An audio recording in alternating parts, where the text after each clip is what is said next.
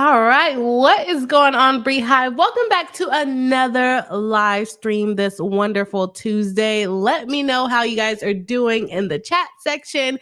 If you're watching on the replay, go ahead and let us know how you're doing in the comment section. And if you've been listening, I said I was going to do better on my comments, and I have been doing better, responding to as many people as possible. So make sure you let us know that you're watching in the replay if you are. If you missed the live stream today, we have a couple of lawsuits to go through. We don't have as many documents as we normally have because, they like to charge money. We don't want to pay money for documents, and some of them are just little updates. So we are just going to go ahead and use some articles for some of our cases. And if you checked out the thumbnail and also the title, you would know we have 3 lawsuits on the docket today.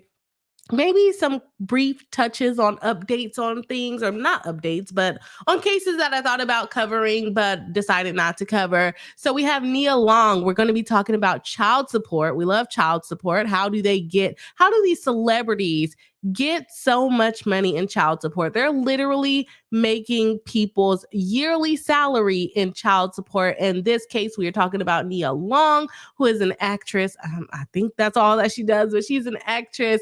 And she's getting child support at $32,000, I think like $500, $32,500 for one kid. But she also is like, or was, were they married? I don't think they were married. But she also has a child with someone who makes like $400,000 per month.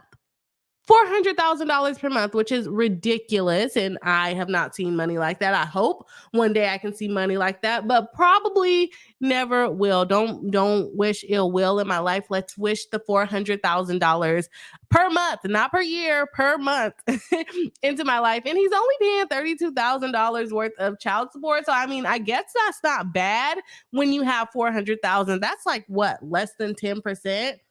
Or a little bit more than 10% of what he actually makes in his salary, which is absolutely ridiculous. That part shocked me. And then we are going to be doing an update on Kevin Hart, who is currently suing Tasha K, a fellow YouTuber. And y'all, there are so many fellow YouTuber lawsuits going on.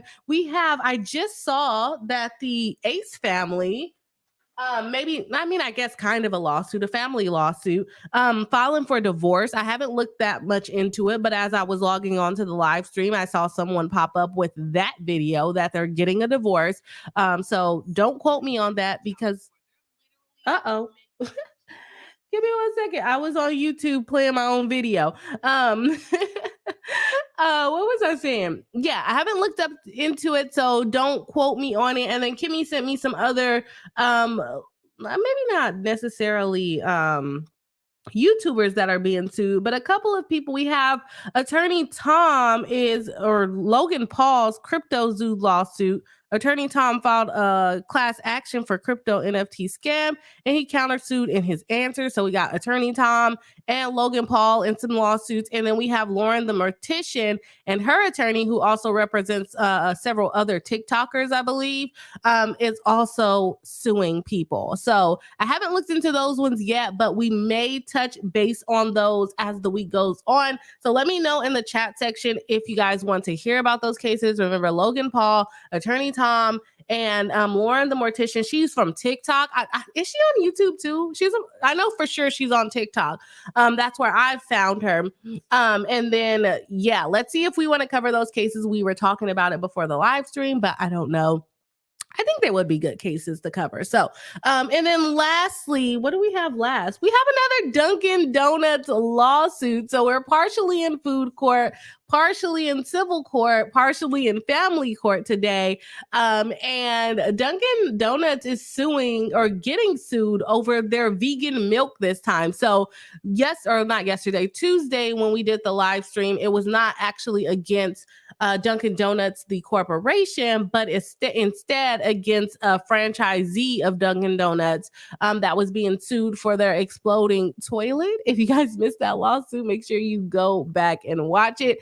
It was pretty hilarious. It's towards the end of the live stream that I have not put timestamps in from Tuesday yet. I should be able to get that done this weekend because, just running the show, putting out the show, making the timestamps.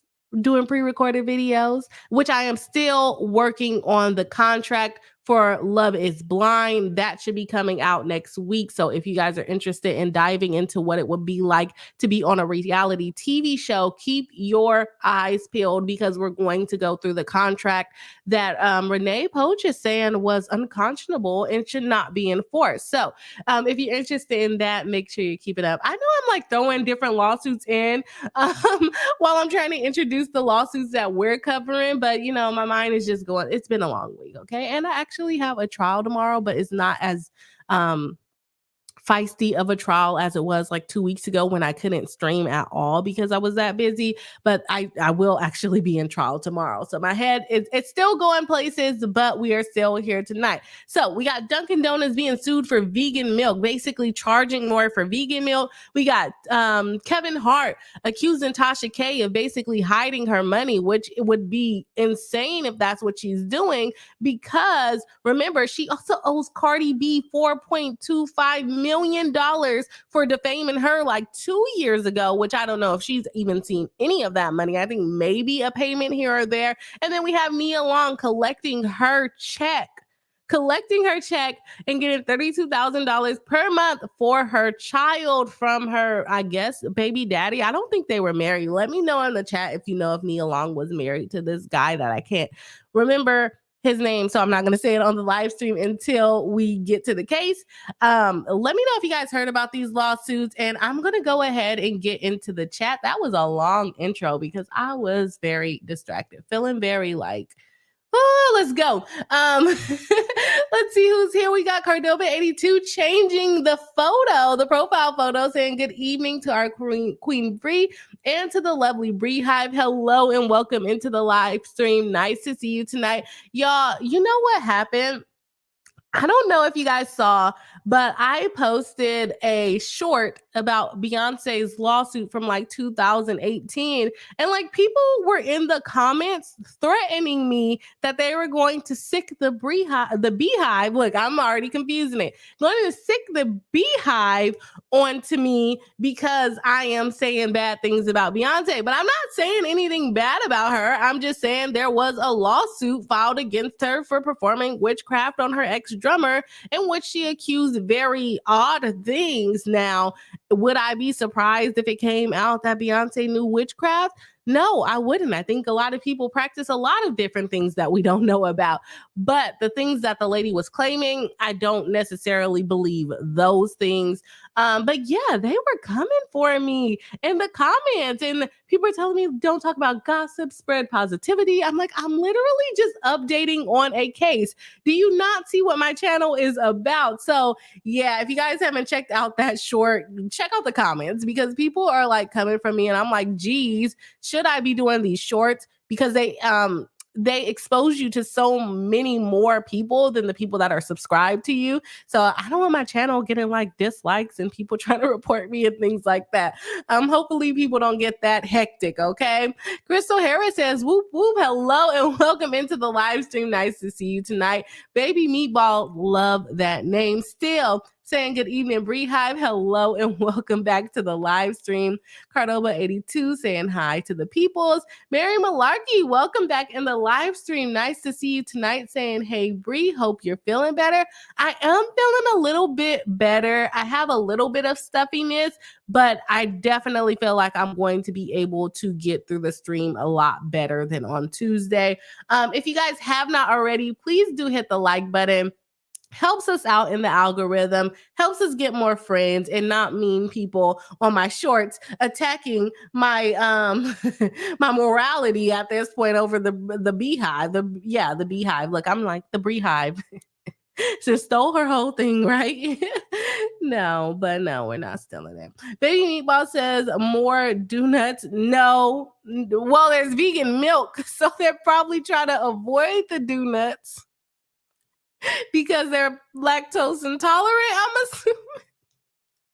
Don't start. Please don't start. Just me, MD says, I'm here and able to comment tonight. Let's go. Hello and welcome in. Saying, thank you, Bree, for responding to my comment on the topic survey about not being able to comment. You rock. No problem. See, I'm trying to get better. Trying to get better. I did not figure it out, but there were comments coming in. So I don't know what was going on there. So I'm sorry you couldn't comment. Kimmy Locker says, hello, Bree Hive, our member, moderator, consultant, and paralegal of the channel, popping in, saying hello, Bree Hive, dropping the B emoji. Don't forget to like the stream on your way in. Of course, thank you for the reminder. Nice to see you tonight in the chat and backstage. Crystal Harris says, your shorts are great. Well, thank you very much. People are kind of mean on shorts. I don't really get that many mean comments on my live streams and my pre-records.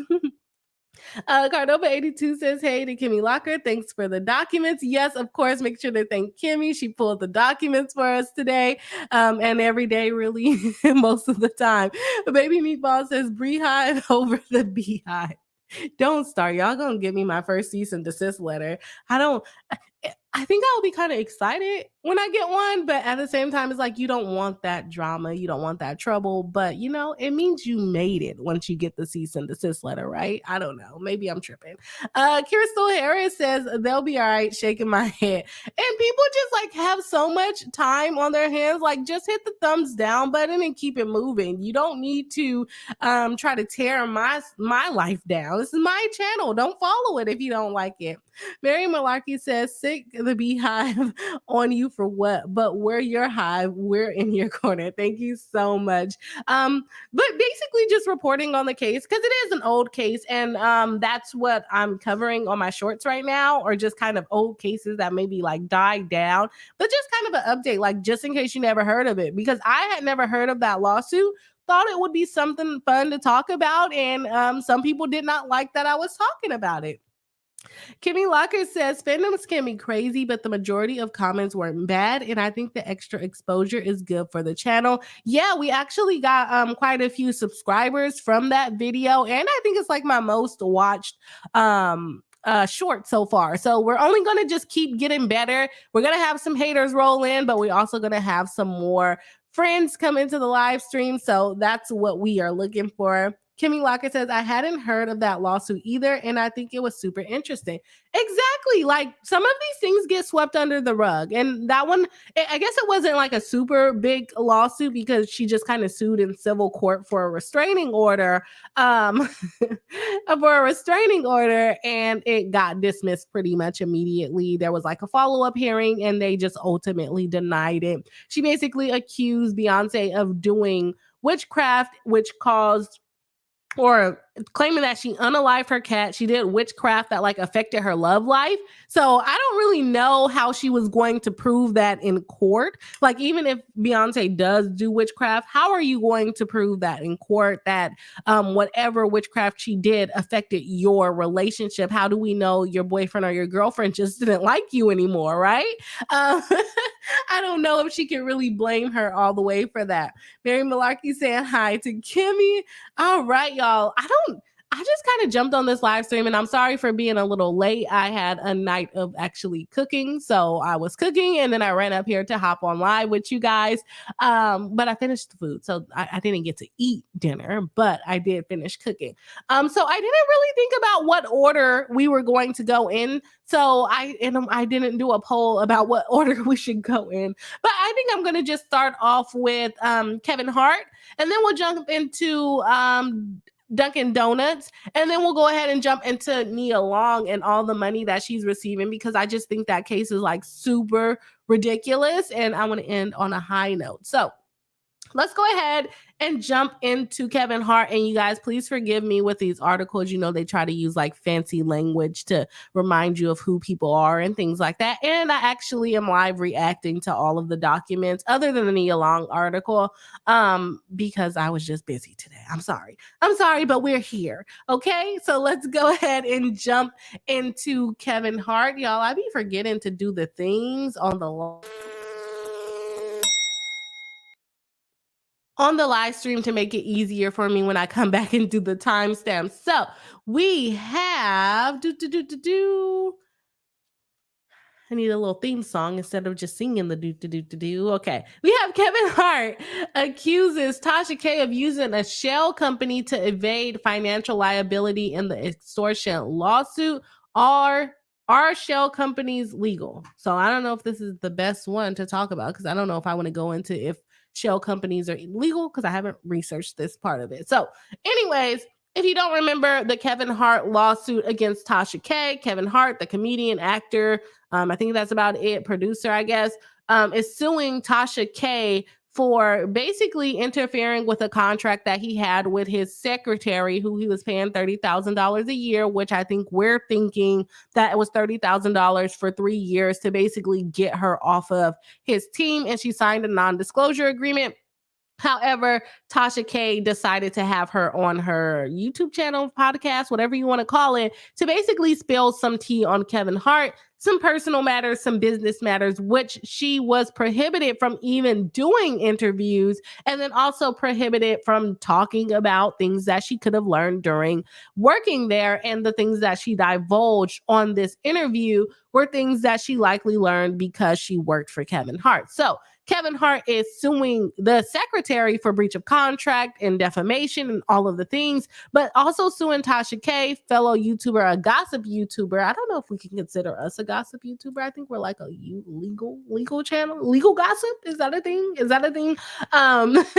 Accusing Tasha K of interfering with the contract because and also extortion, because he's claiming that someone on her team asked him for money. And then he's also claiming that Tasha K knew about the contract before she released the video. And actually, we covered one of her YouTube clips basically saying we got to find a way to get money. If they don't pay, we got to find a way to get money, something along those lines. And so he's saying she was trying to extort him. She knew about the contract and she still released the video basically to get more money because what is his name? Kevin Hart did not want to pay. So I hope that was a good summary of what's going on in that case. Let's go ahead and jump into the new amended complaint that he filed in this lawsuit because he thinks that she's hiding money, which, if it's proven to be true, will actually be pretty beneficial to Cardi B too, because Cardi B is trying to collect her $4 million from this lady. The lady was talking about moving to Africa. She was moving money. She was filing bankruptcy, all kinds of things, right? So if we can figure out if she really has a shell company, that can be beneficial to our girl Cardi B, okay? Getting her $4 million. Okay, Kevin Hart is intensifying his legal battle against YouTuber Tasha K and his former assistant, Misha Sykes. He is accusing Tasha K of extortion and his ex-assistant of breaking her non-disclosure agreement. Hart has amended his lawsuit, including a new defendant, Yellen Entertainment, which he claims Tasha K's husband is the principal of. Oh, I did partially read this one. He claims Tasha K's husband is a principal of, which he believes is connected to the ongoing legal dispute, according to Radar Online. So it seems like from the lawsuit that Cardi B had against her and now this lawsuit with Kevin Hart, it seems like Tasha K and her husband work pretty closely together on Tasha K's website and YouTube. I don't know how closely together, but that's basically what Kevin Hart is accusing her husband of basically at this point, because the husband is the owner of the company. And he's basically saying all the money that Tasha K is getting is likely going to the husband's company so that she can avoid liability. The lawsuit allegations of extortion and defamation. The lawsuit is originally filed in Los Angeles Superior Court, which is why we don't have the documents, because they charge us dollars that we don't want to pay. Tasha K, whose real name is Latasha Keepy, boasts over 1 million subscribers on her YouTube channel, where she primarily discusses celebrity gossip. In March, she was ordered to pay $4 million in a defamation case brought by rapper Cardi B over false claims, including allegations of prostitution and drug use. I don't know if I can say that on YouTube, but here we are. According to Hart, an unidentified affiliate of Tasha K approached him in November, demanding $250,000 to prevent the damaging interview from being published. Hart refused to comply and contacted law enforcement. We just talked about that. And y'all, one of the reasons why we didn't get the actual refiling document is because it's likely going to say pretty much the same thing as the original complaint. He's basically just adding another defendant to the lawsuit. So let me actually skim through this and see if I can find, okay, yep, there we go. The new defendant. That's what we want information on. Go away, little ad. Okay. In the amended lawsuit, Hart adds Yellen Entertainment as a defendant, alleging that the company was created as a successor to Kiwi Studios. So that actually makes it a little worse if it was created after the Kiwi Studios, because remember, her LLC is also sued. I don't know if it's the Kiwi Studios LLC that's out also sued, but I guess I can pull it up, but I don't have it right now. So yeah, so if this was a company that was like established before all of these lawsuits started coming my girl's way, then maybe she might have some argument there. But if it's coming after she's getting sued here and there by different celebrities, it may indicate that it is probably is a shell company, but I don't know. Let's see. Which Tasha K formerly operated with the Kiwi Studios. Hart claims that Yellen Entertainment LLC was established to dodge liabilities. He contends that both Kiwi Studios and Yellen Entertainment LLC are merely shell companies used for Tasha K to avoid legal responsibilities.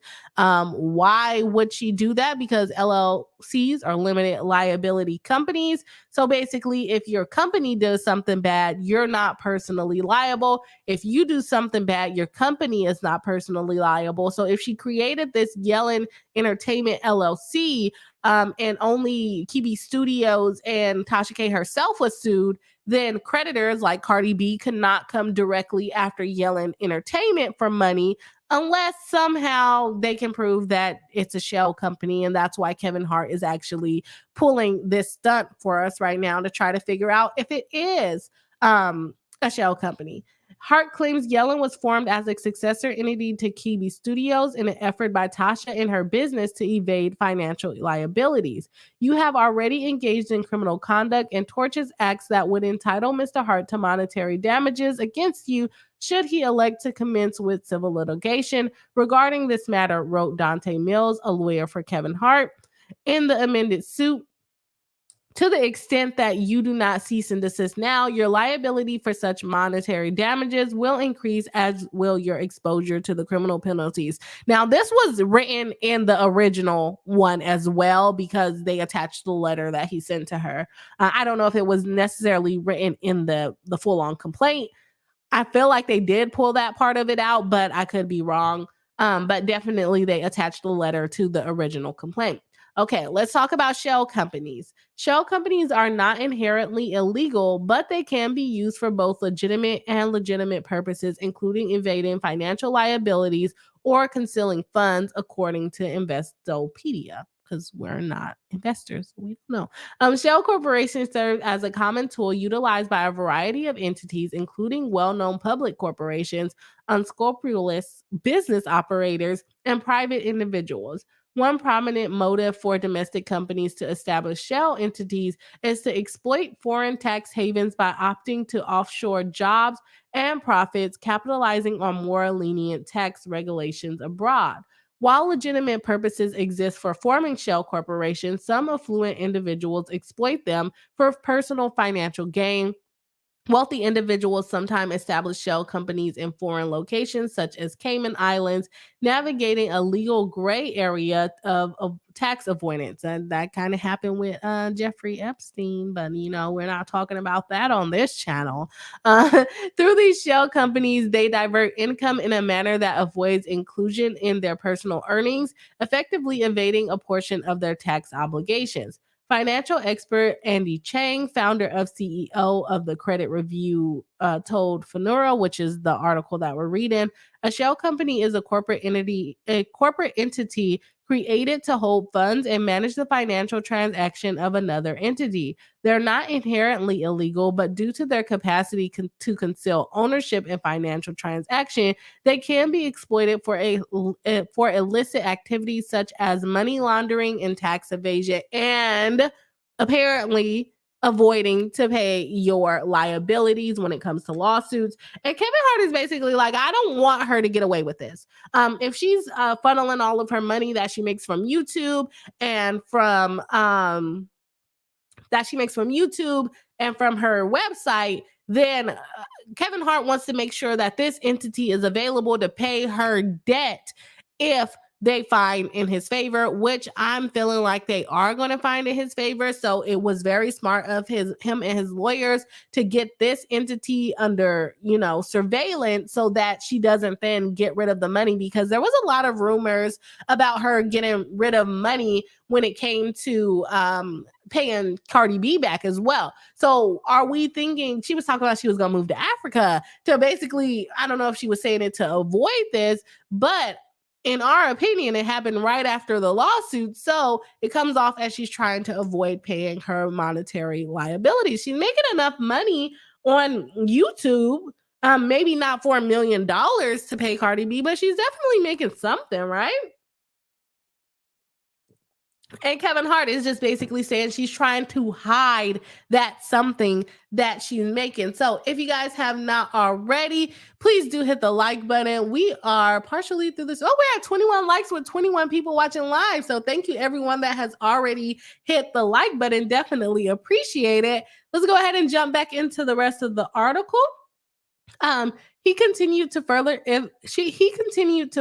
illustrate, if an individual doesn't want to directly engage in a business transaction or wants to shield their earnings, they might utilize a shell company as a middleman. However, it is important to note that there are legal issues for shell companies too, such as safeguarding a company's assets or conducting business in different jurisdictions. While in the case of Kevin Hart's lawsuit, if the claim is accurate, the shell companies would have been potentially utilized to shield earnings from litigation. Exactly, limited liability. Can they show that these two LLCs are connected in some type of way? The complexity of such cases underscore the need for transparency in corporate dealing. So that is all that we have for that article.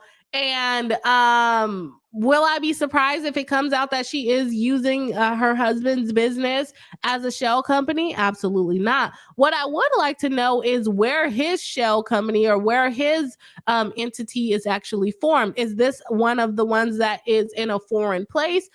Is this like the Africa LLC account? Like, what's going on? Where is this one actually formed? Which we would probably be able to see in the party section if we were to pay for the actual document, but I'm not paying for it. So here we are. Here we are. Let me know what you guys think so far in the comments. I believe Kimmy is grabbing the ones that apply to the case. So let us know what you think about the case.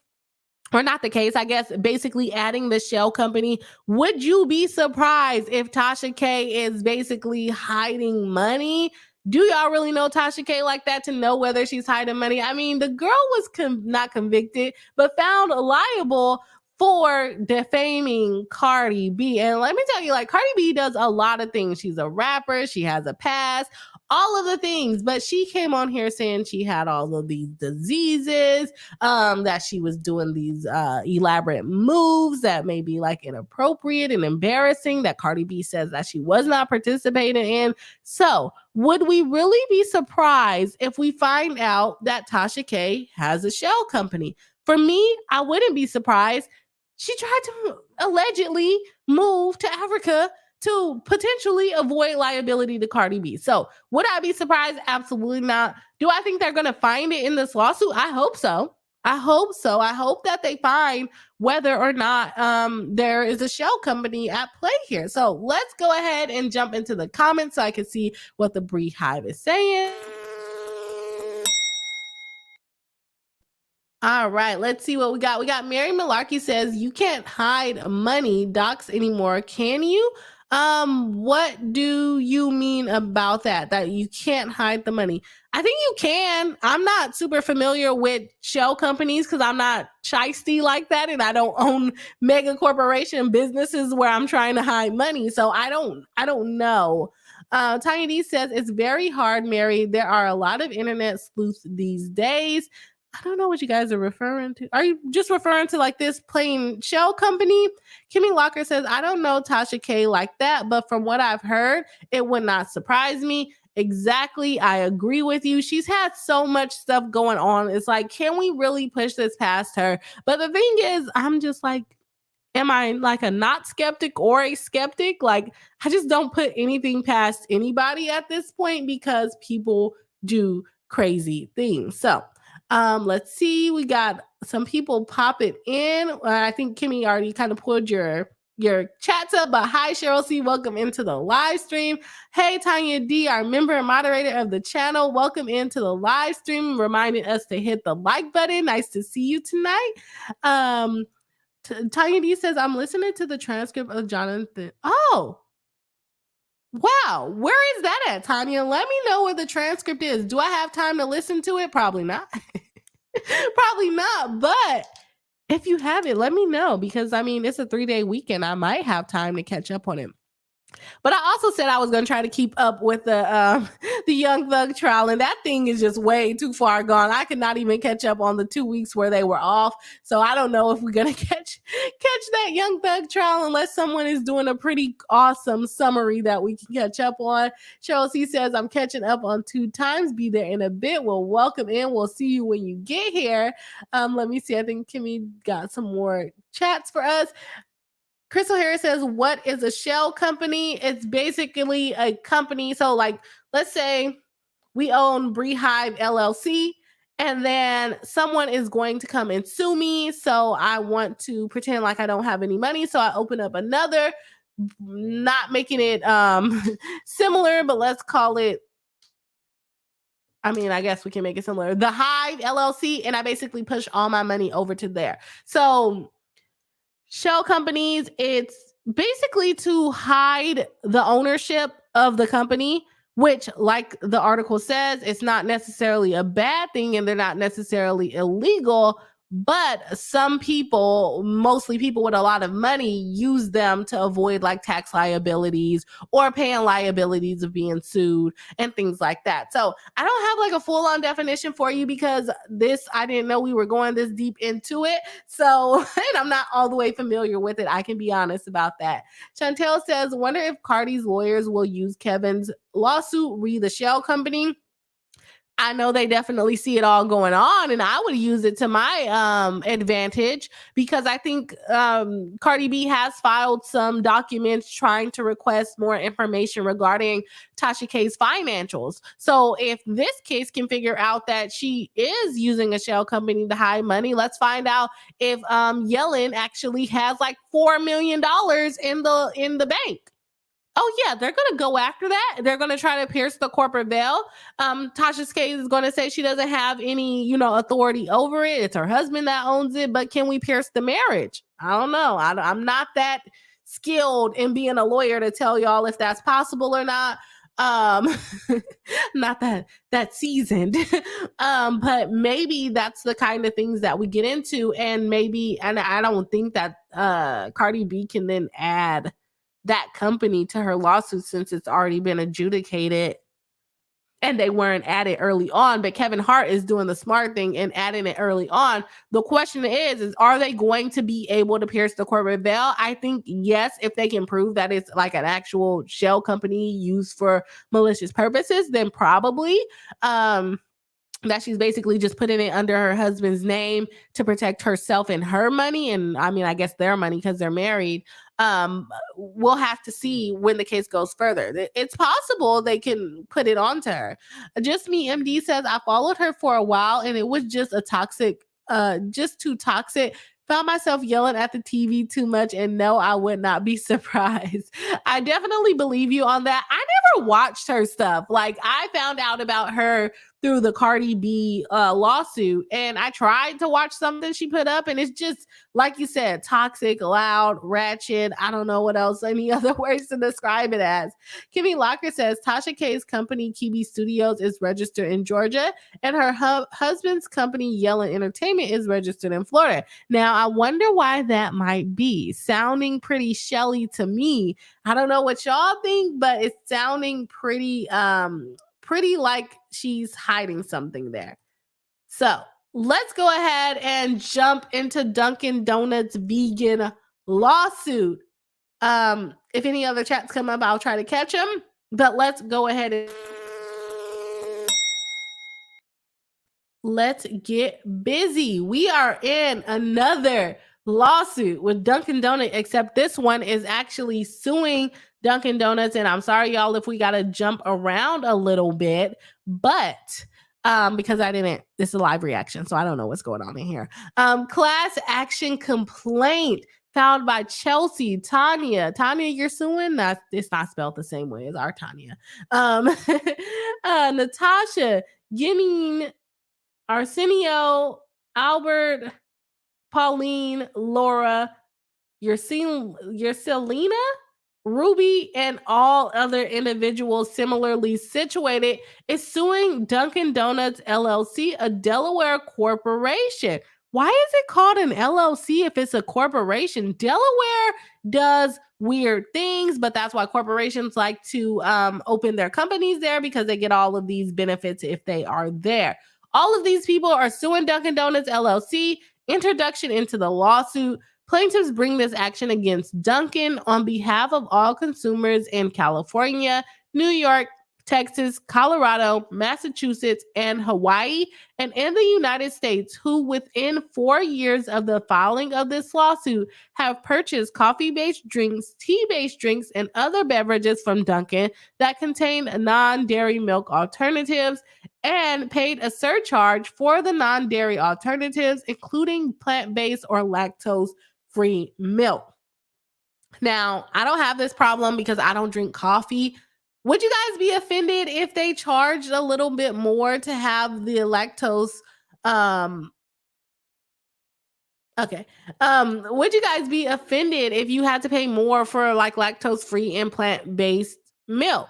I don't know, because I don't drink coffee. I don't really drink milk if I don't have to. The only time you're going to see me using milk is in like dishes like mac and cheese and the creamy sauce that I put on top of my shrimp and grits. But other than that, I am not using milk unless a recipe calls for it. And like I said, I don't drink coffee. If I'm drinking tea, I'm definitely not putting milk in it. So let me know what y'all think about this whole milk issue. Plaintiffs suffer from lactose intolerance and milk allergies. It is medically necessary for persons like plaintiffs to avoid consuming drinks that contain milk. Plaintiffs ordered coffee-based, tea-based, and other drinks at Dunkin' retail coffee shops in their respective states of residence from at least 2018 to present. I think this is going to be another one that's super similar to my feelings on Hershey's. Like, sure, is it annoying that they're charging you extra because maybe the product actually costs more than the milk that they're buying, so they have to pass off that cost on the customer? I can see that being a thing. But if you don't want to pay extra for the milk, maybe, just maybe, don't get any milk, or maybe, just hear me out, maybe don't go there. Go somewhere else. Is it something that I would sue over? No, I wouldn't sue over it. But let's see what basis do they have. Where are we at? Plaintiffs, when plaintiffs visited Dunkin' coffee shops, they ordered drinks that included milk as part of the regular menu item. Plaintiff requested to substitute milk for non-dairy alternatives, specifically soy, oat, coconut, or almond milk, and were charged an extra 50 cents to $2.15. That is a lot. That's a lot of extra charge. Surcharged by Dunkin' for the substitution, depending on the date and location of the store.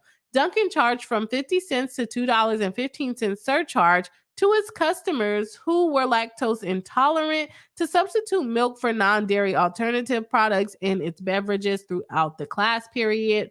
Defendant surcharge is the same for all non-dairy alternatives, making no distinction amongst the cost of the various different non-dairy alternatives. In fact, Dunkin' created a separate, higher price menu aimed at customers who cannot ingest milk. But don't they always charge more for like healthy stuff? I mean, I guess milk is not unhealthy, but like the vegan menus and things like that, don't they already charge extra for that? I don't know. I think it's just maybe because I'm passive. I feel like I'm a passive person. So it's like if I found this out and I really wanted this special milk, I just probably wouldn't go there anymore. Um, or save money and make stuff at home. I don't know.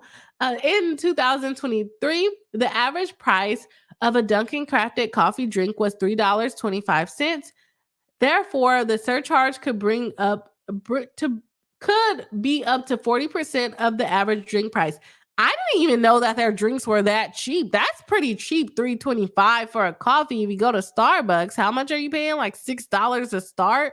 I don't drink coffee, so don't quote me. Also, milk is not the only ingredient in a drink at Dunkin'. Therefore, the surcharge represents an even higher percentage proportional to the price of milk, up to 200%. Okay, mathematicians.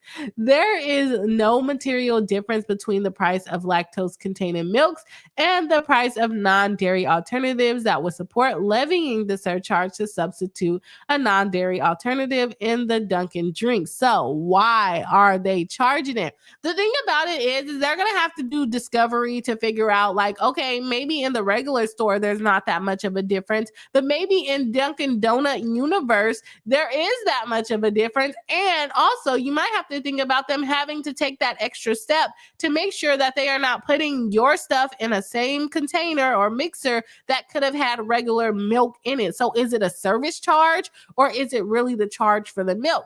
That would be interesting to figure out because maybe they have to take more steps to give you this fancy milk. I don't know. What do y'all think? I could just be making stuff up at this point. Dunkin's standard offering in most beverage is 2% cow's milk. Dunkin' will substitute whole milk or fat-free skim milk for 2% milk ingredients to its beverages at no additional charge, which partially makes me believe that the extra charge is actually for service and not actually the product. Because like when you're allergic to something or you can't eat something, if like even just a little bit touches it, you can have an allergic reaction. So I'm wondering if it's more of that. They have to use a special container to make your drink or something of that nature. Like you can't grill things on the same. I know when I worked in a fast food restaurant, you can't grill things in the same type of on the same grill as someone who needs it. I don't know what they would need it as, but you can't expose them to those things. So that's going to be interesting to find out. Dunkin' offers several options when it comes to the content of the fat in milk, but does not offer lactose-free milk option. Dunkin' will modify its regular beverage offerings to remove caffeine or make caffeine-free beverages at no additional charge for persons with a variety of conditions, including hypertension. Dunkin' will modify its regular beverages offerings to remove sugar or use sugar-free sweeteners at no additional charge for those persons with diabetes or who need to control weight. Dunkin' advises customers to inform their server if there is a food allergy and informs them that their products may contain or may have come in contact with allergens. However, they only accommodate those with lactose intolerance or allergies to a milk and accommodate those. Let me go over. However, they only accommodate those with lactose intolerance or allergies to milk by imposing a surcharge. I don't know about that. Would you rather them use the same container? Because you're saying that they're putting up the sign, but would you rather them just use the same container and potentially expose you to exactly what you're allergic to? I don't know. I don't think I would go for that one. The allergen statement says before placing your order, please inform your server if a person in your party has a food allergy. Please be advised that our products may contain or may have been further processed or shared equipment that may have come in contact with the allergens. And like I said, maybe they're just taking that extra step not to expose lactose people to those things. Like, yes, you can put up that sign, but you still should be taking steps to make sure that you're not exposing your customers to their allergy. Before placing your order, please inform your server if the person in your party has a food allergy. Allergen statement displayed in Dunkin' Donuts store is what those signs are. There is no expertise or additional work required of Dunkin' employees that would substitute whole milk or fat-free milk in place of 2% milk. This is what they're stating. I guess when we get into the factual things, we'll figure out if they have more information, because they're saying you don't have to take extra steps. That would have been my excuse for them, but maybe I'm wrong.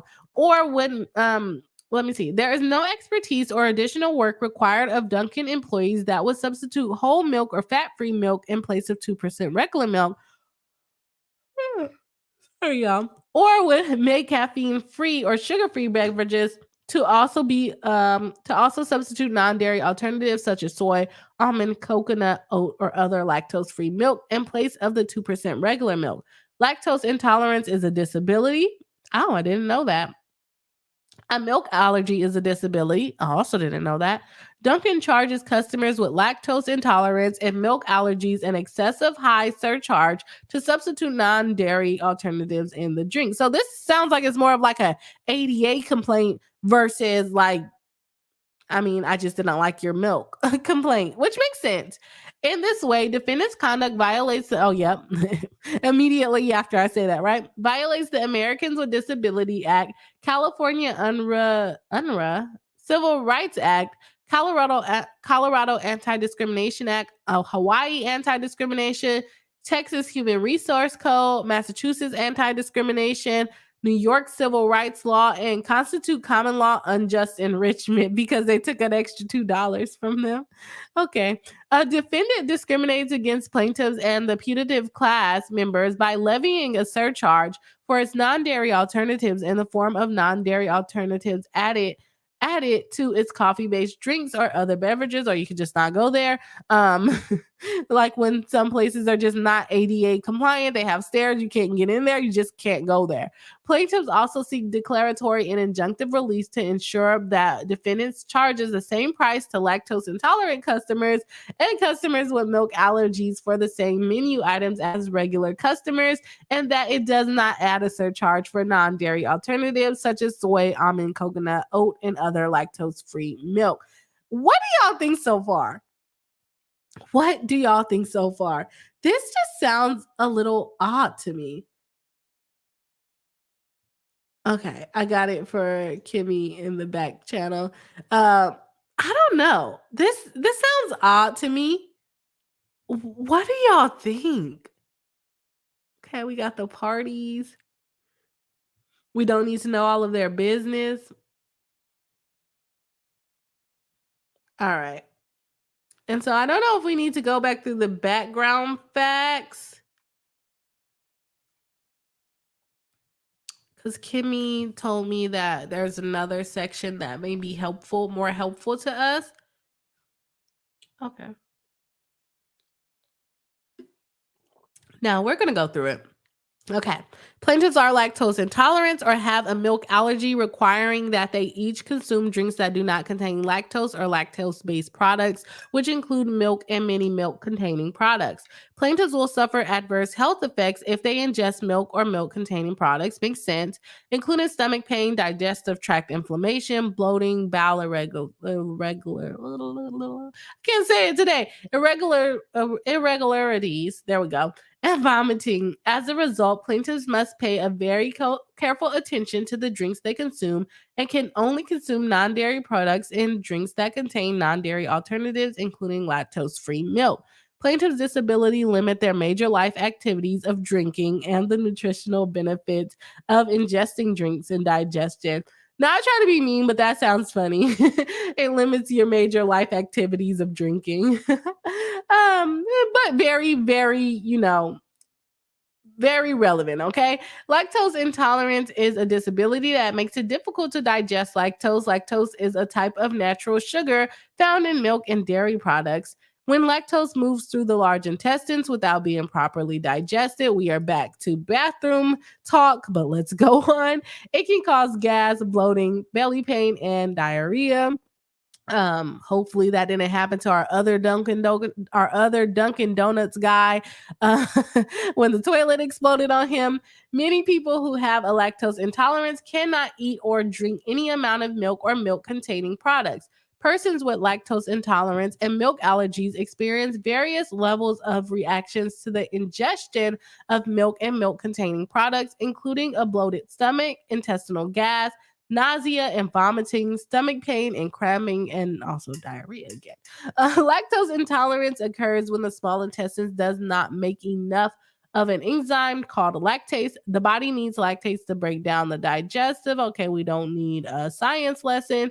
A dairy allergy or milk allergy occurs when the immune system overreacts to the presence of proteins in milk. When a person with a dairy allergy encounters products containing dairy, it results in their immune system overreacting. Okay. I don't want the science lesson. Okay. Okay, so because of their milk allergy, they need the non-lactose alternatives. The non-dairy alternative surcharge was a real and practical consequence for consumers suffering from lactose intolerance and milk allergies. A customer will pay at least 50 cents to $2.15 more on a coffee-based drink at Dunkin' on non-dairy alternatives. I wonder, do they not do this at other coffee shops? Do y'all know? Let me know if you are lactose intolerant. Let me know if all coffee shops charge you more for the vegan milk and all of the things. And sometimes they just charge you more for names. And are they in their right in their business to do that? I don't know. I feel like yes, but at the same time, they're claiming this as a disability. So maybe no, right? I don't know. I don't know the answer, y'all. And this surcharge is not justified by the cost of the non dairy alternatives. There are no additional labor costs associated with using the non dairy alternatives in a beverage. Additionally, the retail cost of the non dairy alternatives is not significantly more than dairy products, if at all. But the other question would be, do they expire faster or are they like a lower? I don't know. For example, as a file in this complaint, whole milk was priced at 3 cents to 5 cents per fluid ounce, half and half between 9 and 19 cents per fluid ounce, and heavy cream from 17 to 32 cents per fluid ounce. Yeah, coconut oat and soy milk. I was just talking about how I wasn't that sick. Now I can't breathe, y'all. So that's why I'm messing up so much. Yet coconut oat and soy milk only sells for between 6 and 7 cents per fluid ounce. So really not that much more, right? Similarly, almond milk sells for between 4 and 7 cents, so right up that alley. According to the retail price of whole milk, half milk, and heavy cream, which is provided for free by defendants, is the same, if not more, than their non dairy alternatives. Okay, they have a point there.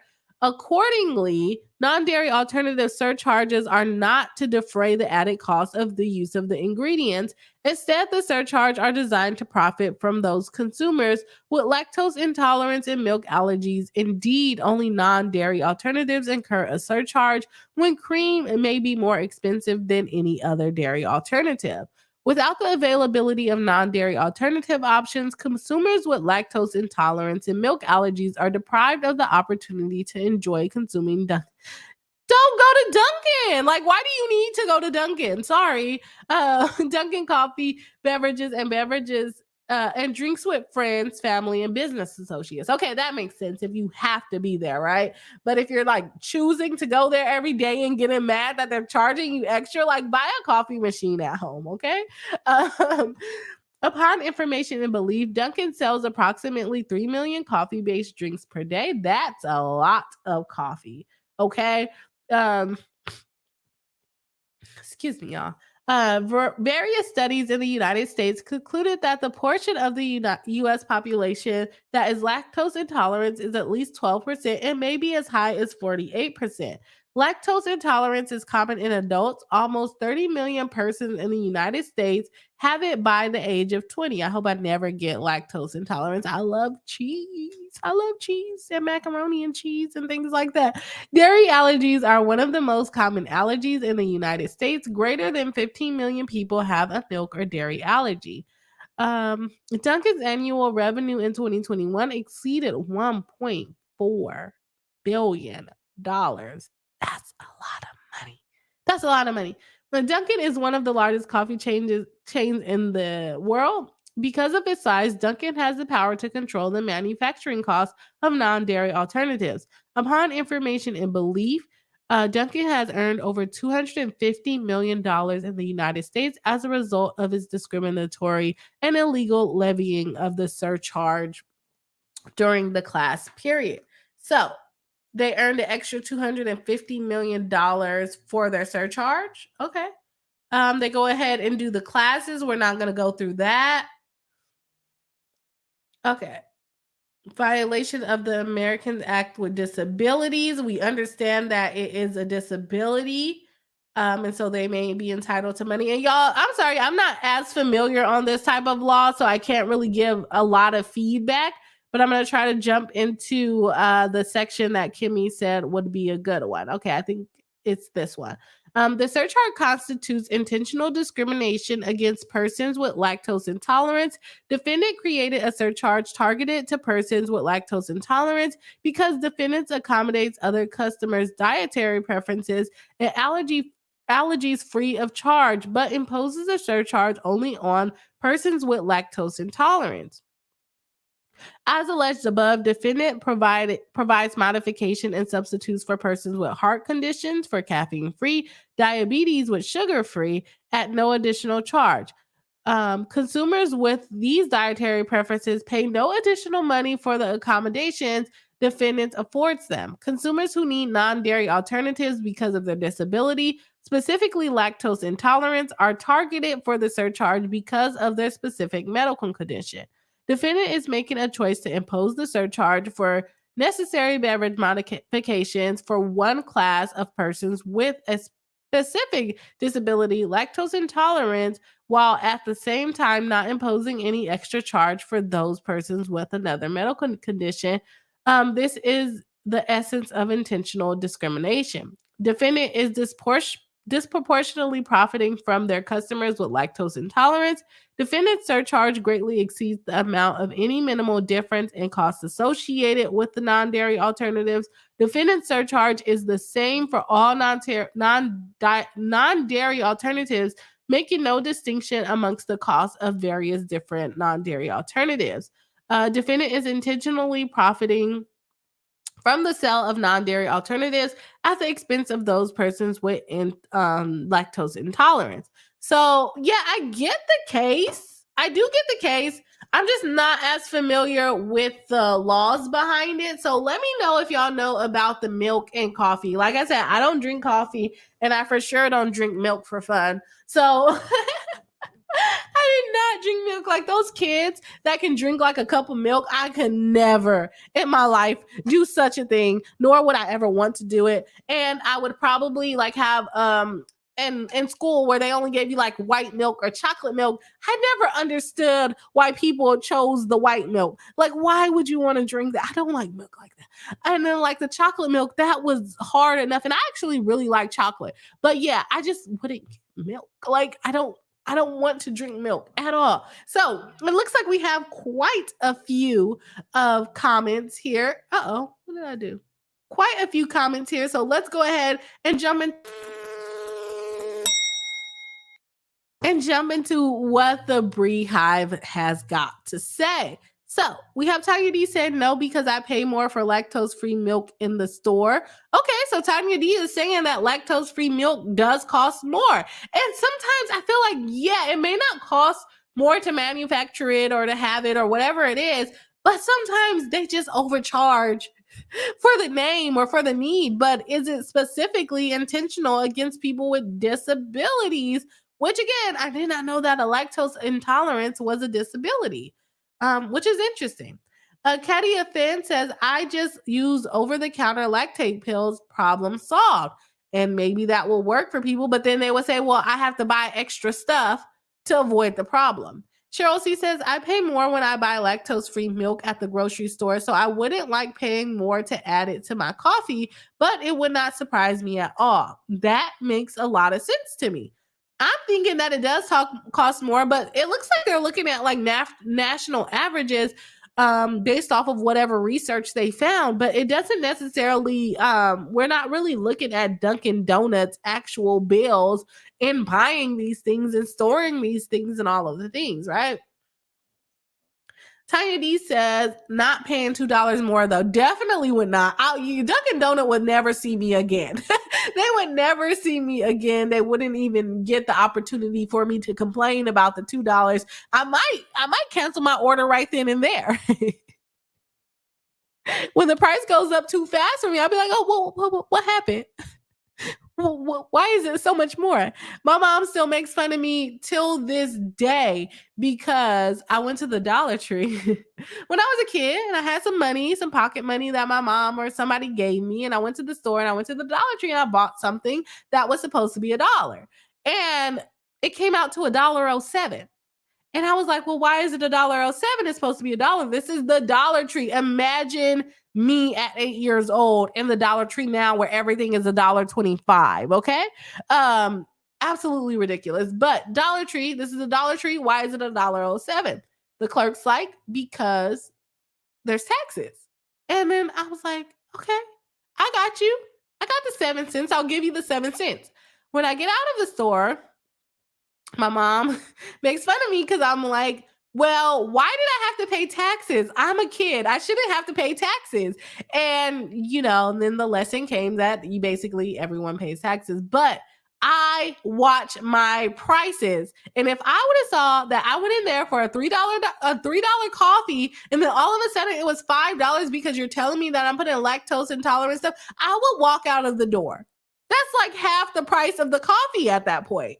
I don't drink coffee, so I would never be in this predicament, or maybe if I bought it for someone else, but I don't drink coffee. But imagine if I go in there for something that's $3 and it comes out as $5, I'm leaving. I'm surprised that their coffee is only $3. Okay, let's see. Cheryl C says, whole milk, skim, and low fat are all around the same price. Lactose-free and non-dairy options cost more. I don't understand their argument here. And they came up with some type of research that they found, but when Dunkin Donut brings out their actual price sheets, then maybe we can get a little bit more into the case. Cheryl C says, just like they charge for gluten-free bread options in restaurants. Yeah, you got to take that extra step. You got to make it. That's a good example. Anything that you put on it that says gluten-free or vegan, they're going to freaking charge more. Should they? I don't know, because I don't know how much it costs to make those things, but they do. And not a lot of people complain because gluten-free stuff can be I don't know if it would be considered a disability, but if you have celiac disease, I think that's how you say it, where you can't have gluten and you get messed up from eating gluten with that disease. I had a friend that had that. So do they complain about gluten-free costing more? I don't think so. But is that one considered a disability? I would assume so. An intense allergy like that, I would assume so. Tanya D says, it costs about $2 more in the grocery store, but I don't buy it that often. Okay, that makes sense. But I don't know. I feel like restaurants like that, though, like Dunkin Donuts or even just like McDonald's, Starbucks, donut shops in general, they overcharge you. It does not cost them $2 to make a donut, but they're charging you $2 to make a donut, or they're charging you $2 or $3 for a cup of coffee, or at Starbucks, $7 for a cup of coffee, and it took them 3 cents to make the coffee, right? It's the cost of doing business sometimes. Cheryl C says lactose intolerance is not a disability. They had to have made that up. I don't know. I haven't had time to look it up, and it seems like it's not to me. I agree with you, but they say that it is, so they must have something to support that it's a disability. Tanya D says, I usually get the store brand, so yes, but I don't know if brands like Lactate make regular milk. You and me both. When I was little, we used to always get like crystal milk. So I would always, when I became an adult or when I was in college, which is an adult, but I would always think I have to buy crystal milk, crystal milk, crystal milk. And then you look over and you see the great value. You see the great value is $1 cheaper.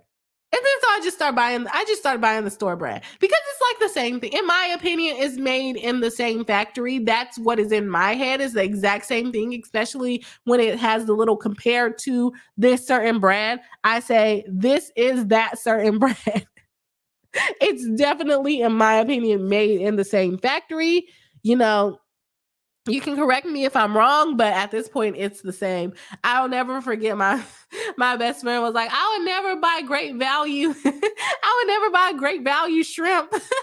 I'm not buying Great Value meat." I'm like, I don't know. Would I? Yeah, I buy Great Value sausage sometimes. Tiny D says to Chelsea, right? I was too flabbergasted to even respond right away. I don't know if it is.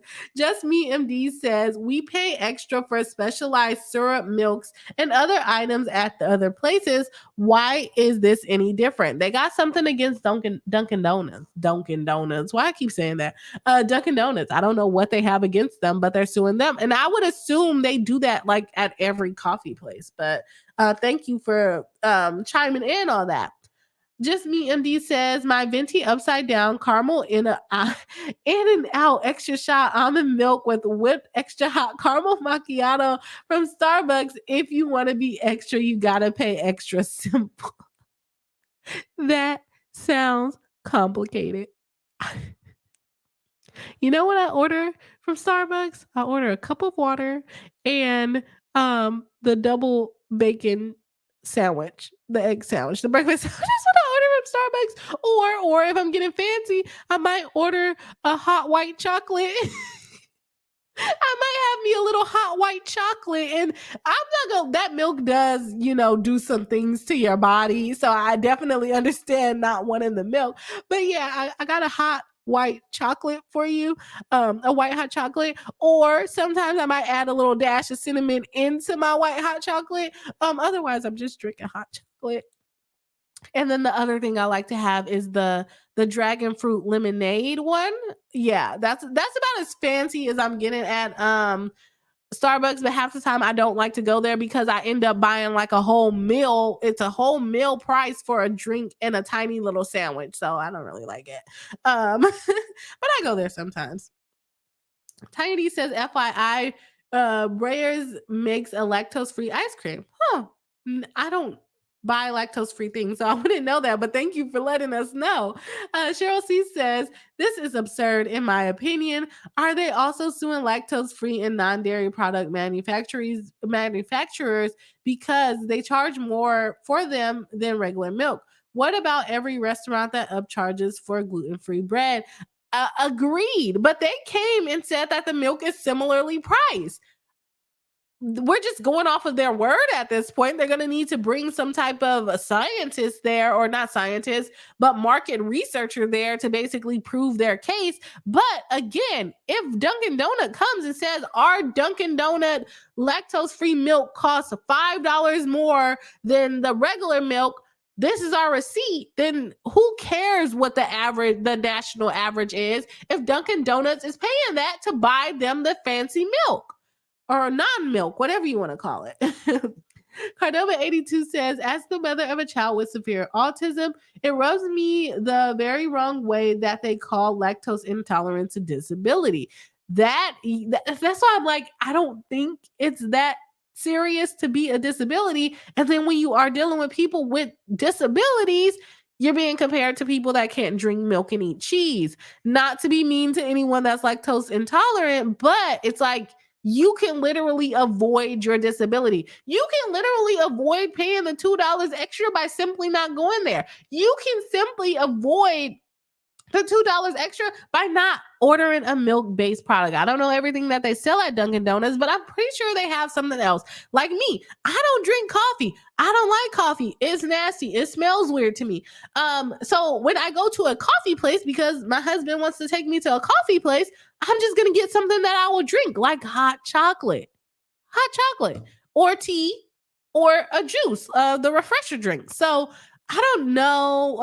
My husband took me to like Dutch Bros and like, you want to go to Dutch Bros? I got a freaking smoothie that probably has milk in it too. But my point is, just get something that's not going to affect you that you still like. If you're on a business meeting and the person that you're meeting up with is drinking coffee, you do not also have to drink coffee. So I would really like to know where they got this from. When did being lactose intolerant become a disability? I don't know. Maybe it is, but as far as we can see in the chat, no one agrees. Cheryl C says, I'm allergic to juniper. My allergic reaction to gin is not a disability. Lactose intolerance is not a disability. This is so frustrating. And I'm thinking that they're saying because so many people have it, but it's like, I mean, if so many people have it, is it really, a disability or is it a norm at that point? I don't know. Maybe someone lobbied and got it registered as a disability. I don't know. Tiny D says you have to pay extra to put cheese on a hamburger at most restaurants too. So they really need to stop. And I really like cheese. So I'm gonna pay that extra $1.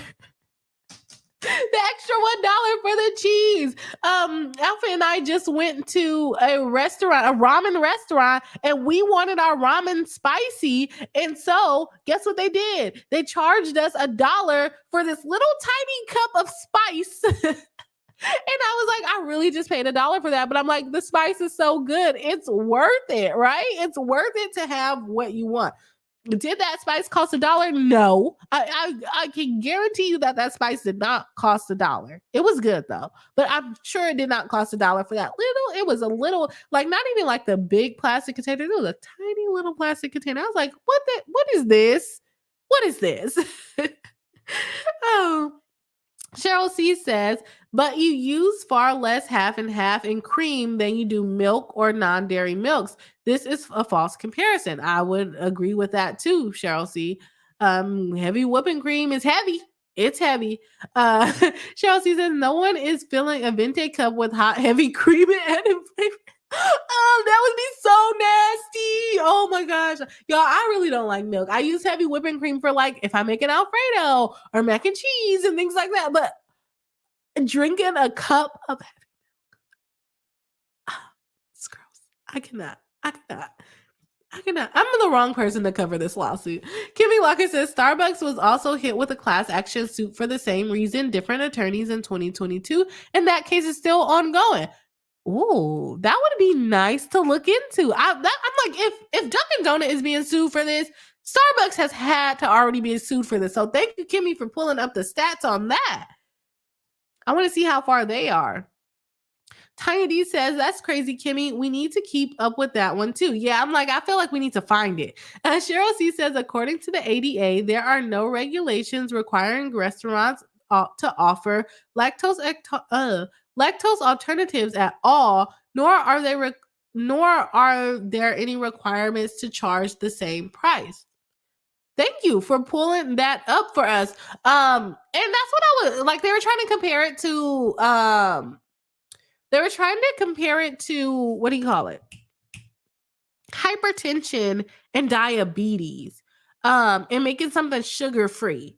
And I don't know exactly how coffee is made, but can you just like not put sugar in it? And could you just like not add the caffeine? I don't know. Let me be quiet. I'm not a coffee person. Cheryl C says also ADA recognizes some severe food allergies as disability depending on the severity of the impact on the person's life. But food intolerances and preferences are not considered disability. So you probably even have to get diagnosed to a level to where it is a disability to what you're saying, Cheryl C. Which would make sense because you can't just, get a minor little burp and be considered to have, a disability to it. But if you like get severely sick and you need to go to the hospital over it, then yeah, that should be considered a disability. Sorry, y'all, my nose is plugging up. Why does talking make you like congested? It's so weird. Does anybody else have that experience? Because I'm like, why? I'm just talking and it's making my nose stuff up. Cheryl Reed says, absolutely, I would be offended. It's bad enough that you have to pay more for low-fat ice cream, and there are very limited flavors. There are very limited flavors. If it was equitable, I might not mind paying a little bit more. Yeah, and the thing is, I would not pay that. I would not pay it. Coffee is not that serious to me, but also I don't drink coffee. But I don't know. I wouldn't pay it. But let me tell you something. If I wanted a cheeseburger and they only have burgers and they charge me $1.50 for cheese, I would probably pay the $1.50. I'm not gonna lie. I would probably pay the $1.50 for the extra cheese.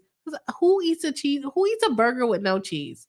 Let me know in the comments. I'm not eating a burger with no cheese. Like, I don't think I've ever had a burger with no cheese.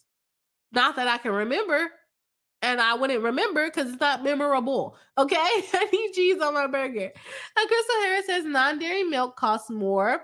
Yeah, they are paying extra. And like I said, once they bring out the receipts, that's a whole different story. I think, I said low fat. I said low fat. Cheryl C admit lactose free. Thank you for the correction.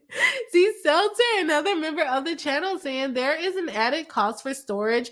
And the interesting thing to know, the wholesale costs different kinds of milk. Question mark. They're saying no, it's or you're saying that the wholesale price is weird for the different milk. Yeah, I didn't know they varied that much, but also when you buy heavy whipping cream and they charge you like $6 for like this little carton, and I'm like, oh, but I need it. Can I just make milk? Can you just make some butter and make your own heavy whipping cream? Probably you can. I looked it up before and I've done it before. But but yeah, so they're not charging different prices at Dunkin Donuts for the different types of replacements. Tanya D says to Z Seltzer, I wonder what makes it cost more. I wonder if it's the way they have to make it. I would assume that it has to do with the processing of it and maybe the storage of it. Maybe you need cold refrigerators for it. I don't know. Y'all don't get me making stuff up here. Don't have me making stuff up and thinking I'm right. Cheryl C says, I worked in restaurants for nearly the last decade. I assure you, lactose-free and gluten-free products cost significantly more, both wholesale and retail, which makes sense to me. That was my first initial thought. And then my other initial thought was, maybe they had to take more steps to make sure they're not giving you lactose, so you don't come up here and saying that they gave you the exploding toilet guts, okay? Why is my channel talking about this week? Mary Malaki says, burger, no cheese, always coffee black. Well, we are on different pages. It looks like Kimmy actually got us the Starbucks lawsuit too. So we'll check it out and see if it's something that's going to be pre-recorded or on the live stream. Let me know what y'all want. Cheryl C says, you know who doesn't add cheese to their burgers? People who are lactose free. Which makes sense, right? They are saving that extra $1 to $1.50 burger. LOL, I'm suing. You are going against my preference of wanting cheese. Let me stop because if maybe it is an actual disability and the Beehive is just not taking their disability seriously. Oh gosh. Y'all know I already got cussed out by the Beehive. Come on now. Y'all gonna get me cussed out by the lactose-free people. Oh my gosh. Okay, we actually had a poll going that I completely forgot about. So let's jump into that. All right. So Kimmy asked in the poll, which of the following cases are you interested in? Logan Paul Crypto Zoo lawsuit, Lauren the Mortician lawsuit, both, or neither? And 67% said that they are interested in Lauren Mortician, but 20% said neither. 20% said neither. And we actually got 15 votes on that one. So what I will probably do is do it as a pre-recorded, but it's probably going to take a lot of research. So probably pre-recorded is the best. And then we will go from there.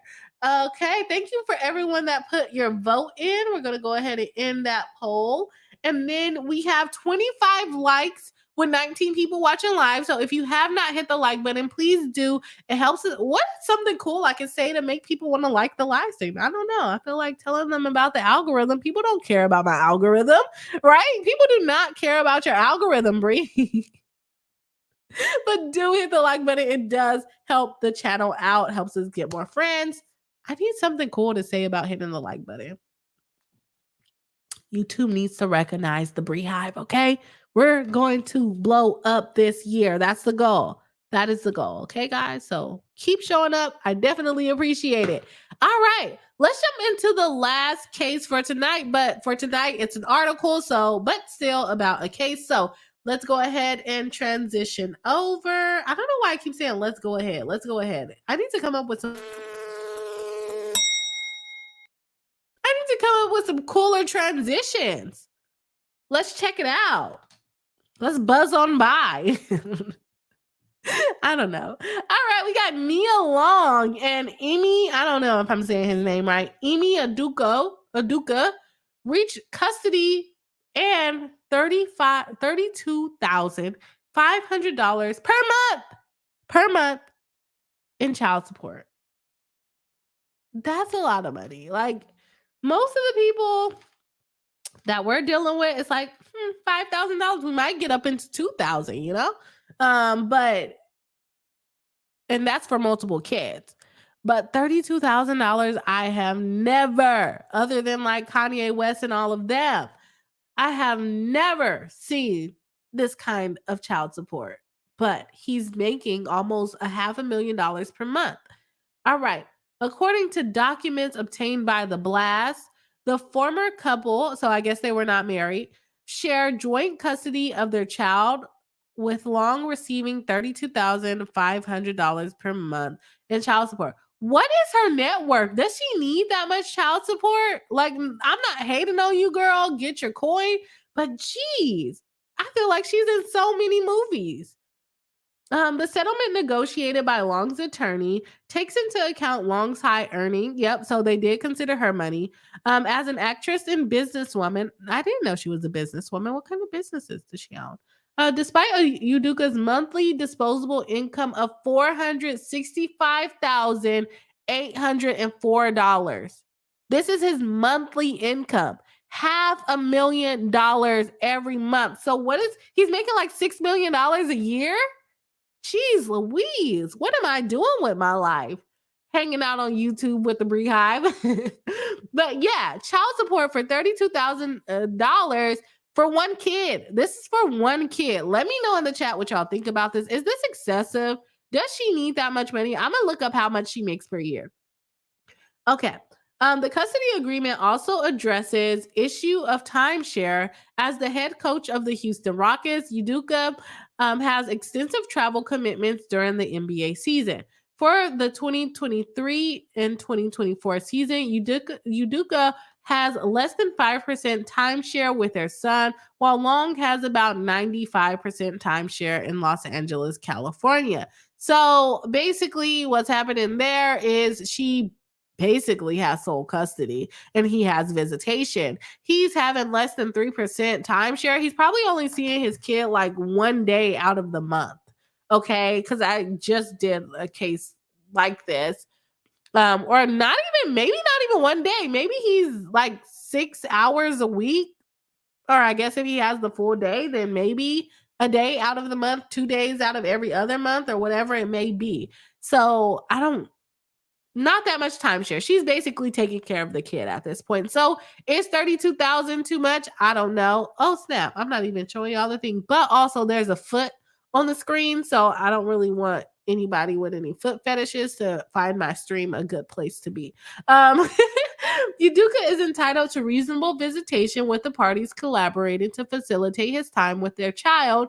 He will provide Long with written notice and a plan for the anticipated visits at least 10 days in advance. So basically, if for whatever reason he has more time than he originally anticipated, he can then contact Nia and be like, hey, I'm going to be available. Can I see my son? And she needs to work with him. Why is there so many feet on this freaking ad space? What is going on? Every time I scroll, there's a new foot, a fake doll, all kinds of weird things in the ads. Let's jump back into the case. In the terms of making decisions, Uduka will maintain their son's health and dental insurance, which is pretty normal for the person without the primary custody. And both parents will make collaborative decisions regarding his health, education, and welfare. However, in cases of disagreement, Long holds the authority to make decisions for their child with advance notice to Uduka. So again, she basically has sole custody, but they're using nice language for him to make it seem like he's involved at this point for the $32,000 he's paying per month. The custody battle initially began when Nia Long filed legal documents seeking sole physical and legal custody of their son with visitation rights to Udoka, which y'all is basically that's what he has. He has visitation rights, less than 5% timeshare, and she has final decision making authority. It's essentially her having sole custody. So I know she's happy because that's what she filed for. Udoka responded by seeking joint custody, including equal authority in important decisions, which he did not get equal authority because if they don't agree, Nia can basically just make the decision and let him know that that's the decision that she's making. The breakup between the two garnered attention due to accusations of infidelity on Udoka's part, which led to his termination from the Boston Celtics. Nia Long has spoken publicly about the emotional toll the split has taken on their son. She also expressed her disappointment that the Celtics organization did not reach out to see if she and her children were okay after the publicization of the private situation. That's all there is um on the article. There's some weird stuff on this website. I'm sorry. I didn't even know Nia Long had kids. Nia Long. I didn't even know she had kids. Let me know what y'all think though. She's getting $32,000. That's a lot of money. So it looks like she has 2 boys and a girl. Okay, I'm not gonna. Well, I guess I can show y'all. Okay, so it looks like this is their kid together. Oh gosh, it pulled up so much stuff. Their kid together. Uh, but geez, Louise, I did not know she had all these darn kids. Oh wait, who are these people? That's not them. Um, okay, so it looks like there's another son of hers. Okay. Oh, sweet baby. He's getting $32,000 a month for being that man's child, which is crazy. That's a lot of money. How much does Nia Long earn per year? Oh, let's go to search. She earns $1 million a year. She has $6 million net worth since 2022. That's not, she is in so many movies and she only makes $1 million a year. Not, I mean, I don't make $1 million per year, but you would think someone of her caliber and the amount of movies that she's in would be making a lot more than that. And it actually says that her net worth in 2020 was 13 million. So what happened to your money, girl? I know 2020 was a hard year, but geez Louise. Okay, there's some other sources saying that it's 13 million. And then her average salary per month is like $165,000 per month, which is a lot of money. That's a lot of money. And most of us try to get to that in a year. So she's making a lot of money. So I guess $32,000 is relevant. But honestly, with the amount of timeshare that she has, they said that they did consider her high income. But really, her income is not high in comparison to old boy. Old boy is basically making $5 to $6 million per year, while she's making $1 million per year. And in addition to that, she has 95% custody. So while they do look at her income with the amount of custody that she has, it's not going to lower it by much. Even if she was making a 6 million too, along with him, he would still owe her money with the amount of time that she has to take care of the kid. I don't know if her other kids are the same age or, the one was clearly very much older. Excuse me. I didn't even know she had kids. That's crazy to me. But yeah, so she, although her income is high to the average person, it's really not high, in my opinion, when it comes to like actors and actresses and things like that. But what do I know? I'm not an actress or actress. Actor or actress. I mean, I guess I can only be an actress because I'm a girl. But yeah. So let's see how much Kevin Hart makes per year. Okay, Kevin Hart has a net worth of like 60 million. I don't know how much he makes.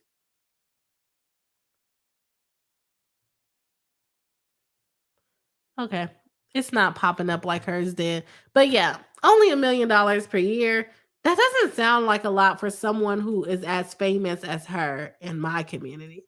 Tanya D says, not taking our disability seriously. No, yeah, we're not. Sorry. The Beehive is not taking it serious. It's so bad. Cheryl C said, oh, I forgot to transition, y'all. Let me know what y'all think about the Nia Long situation. It's a lot of money. I thought she would be making a lot more money, but I would probably never get that in child support. That's a lot of money. I can try to ask my husband if he's going to make $6 million a year, but I wouldn't want to dump him, so I wouldn't need the child support. Cheryl C says, I have a mild lactose intolerance and I buy lactose-free milk. I still add cheese to burgers though. Risking it for sure. Z Seltzer says, I am lactose-free and this is as silly as it sounds. I think it's a silly, silly case for sure.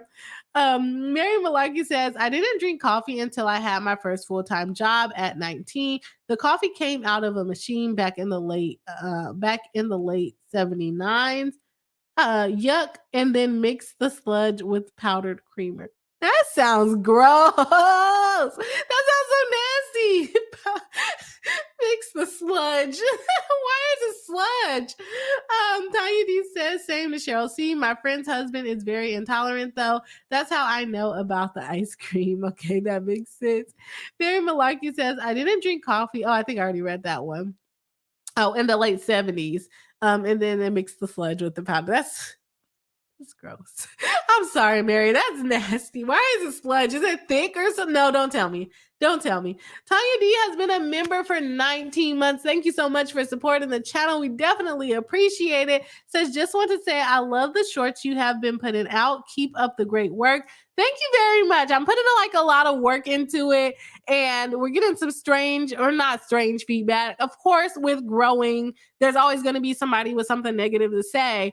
So I just have to prepare myself for those things, but I definitely appreciate that you appreciate the shorts, and hopefully the rest of the Beehive also appreciates them. I know I'm posting a lot more than I normally do, so if you're tired of seeing my face, that is okay. I don't expect you guys to watch every single thing that I put out, but I definitely do appreciate when you guys do support me. So I know I might be a little bit annoying, but we're trying to take this channel off. We're trying to take it off, okay? We are being serious in 2024. Rachel Mills says Britney Spears paid $22,000 a month for child support as well as tuition, house payments as well. But she also had multiple kids, right? She had two, I think, 2 or 3. So, I mean, yeah, she's making a lot of money. So she was probably more along that $6 million per year mark versus my girl, Nia Long, who I feel like I thought she would be making a lot of money. I literally just watched 3 or 4 movies with Nia Long in it over the last month or so. And you want to tell me y'all only paying my girl $1 million a year? People are making that on social media. Well, let me shut up because people just talk on social media, but and they say how much money they're making. But yeah, I don't know. I feel like I wish she was making more. I really do wish she was making more. Stacey Ann says, I like the shorts. Thank you. Definitely appreciate it. Like I said, there's going to be more to come. But yeah, we're doing some different things on the channel this year. So hopefully you guys like it and you stick around. Tanya D says, what? Let me go look at the comments on the shorts. It's on the Beyonce one. Most of the comments are positive, but there are some that's like, girl, you spreading negativity and all kinds of things. So yeah, take a peek. I don't mind. Rachel Mills says 2 at least 1 now is 18, so the payments is cut in half. Okay, for Britney Spears. So yeah, so hopefully they're growing up at this point, but she has already paid a lot of money. But my other question is, when she was in the conservatorship, was she even making enough money to pay that? Or did she just have bank stacked up like that? I don't know. That's interesting. That is interesting. Okay, y'all. So we are done with a live stream. Another short live stream today. which I kind of need. So we might have shorter live streams over the next few months or something or so while I try to get the channel together. I definitely appreciate everybody tuning in on this live stream. I am going to be posting in the memberships tab. I need to start announcing this at the beginning of the stream. I always forget the memberships tab for the next member live stream. So keep a lookout on that. I haven't posted it yet, but I'm going to get to it, I promise, this weekend so that we can see when everyone is available so that we can do our members stream. If you haven't already, please do hit the like button. We are at 27 likes. Can we make it to 30 likes in like 2 minutes? Can we get to 30 likes? If you haven't hit the like button, please do. It helps us out, helps us get friends, and hopefully will help keep the haters away, right? The Beehive has haters now. I'm just kidding. I'm not that cool. I feel like you've made it when you have people being mean to you online, or you get a cease and desist letter. Don't want I hope everyone just keeps it positive over here, but that's just like, I don't know why. There's always someone that has to be negative. Like, we have fun on this channel. You may not like what we say, but we're not really being that mean, other than maybe not taking the lactose intolerance, the lactose intolerance disability seriously over here. But we're not mean on a regular occasion, okay? So hopefully we don't get too much hate moving forward. All right, we hit 28 likes. 28 likes. Can we get 30? Can we get 29? Can we get 30? Can I run an auction? No, I cannot. I'm not doing good. Not doing good at it. So let me see here. We got a couple of comments coming in. Kimmy says, I'm familiar with the ADA because my sister is deaf and I do advocacy work for members of the deaf community. I messed up. For members of the deaf community, it doesn't impose specific regulations regarding reasonable accommodations, but let's see here. Companies are required to make and bear the cost of accommodations unless they're unreasonable or excessively costly. So companies would most likely be required to offer a non-dairy alternative of their choosing at no extra cost if lactose intolerance was considered a disability under the ADA. However, as everyone said, I don't think it is.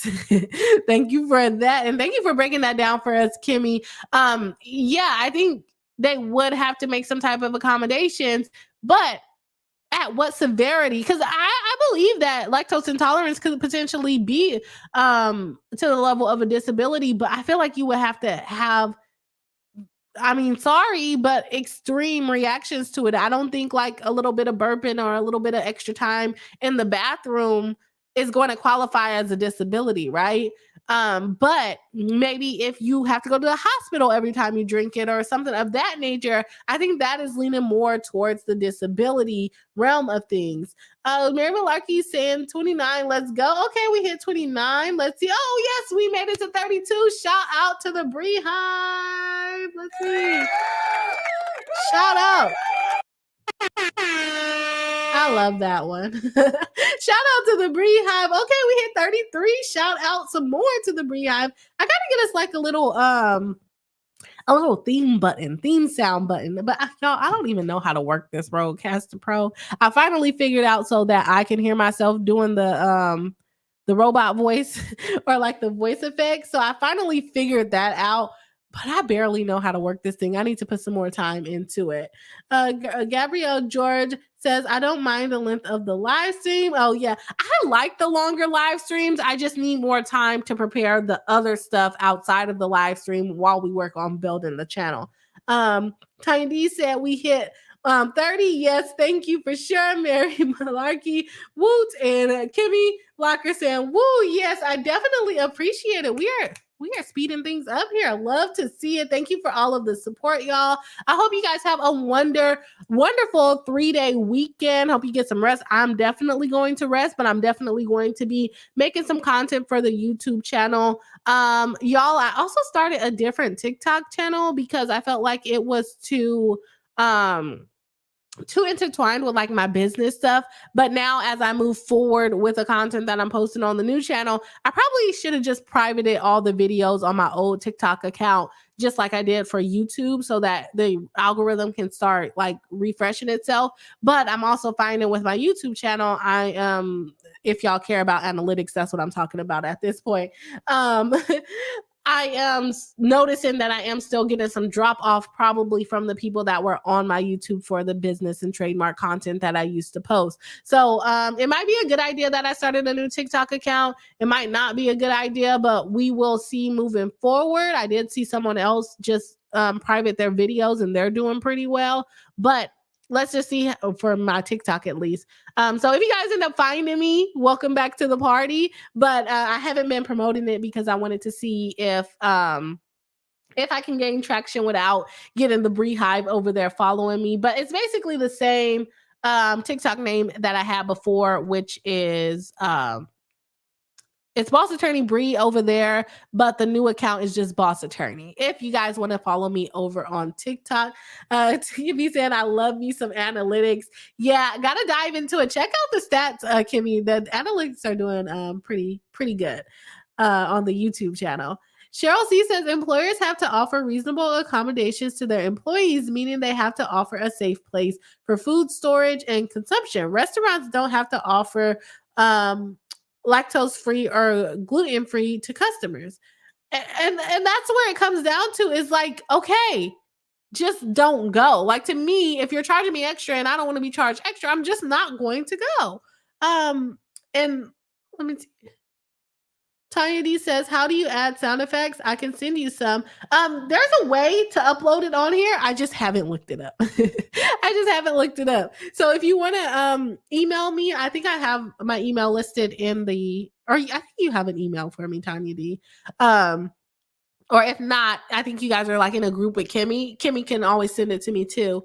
So yeah, just send it to me however you feel, or Twitter. I don't be on Twitter no more though, y'all. So don't send me anything else on Twitter. I do not sign on to that app. We are all the way off topic.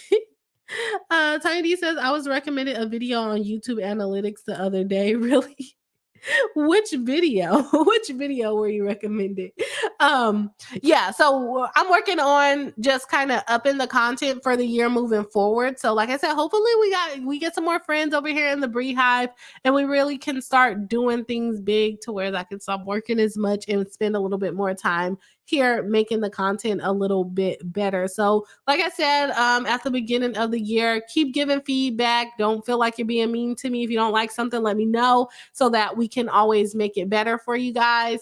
And we are going to, or I'm going to be going over the Lauren the Mortician issue, because there's several TikTokers that are kind of abusing their power with like copyright strikes and things like that. I watched a video on that over this week as well on TikTok. So I am probably going to cover that one in a pre-recorded. But anyways, I'm just talking up a storm. I will see y'all all on the next live stream, which will be next Tuesday. I hope everyone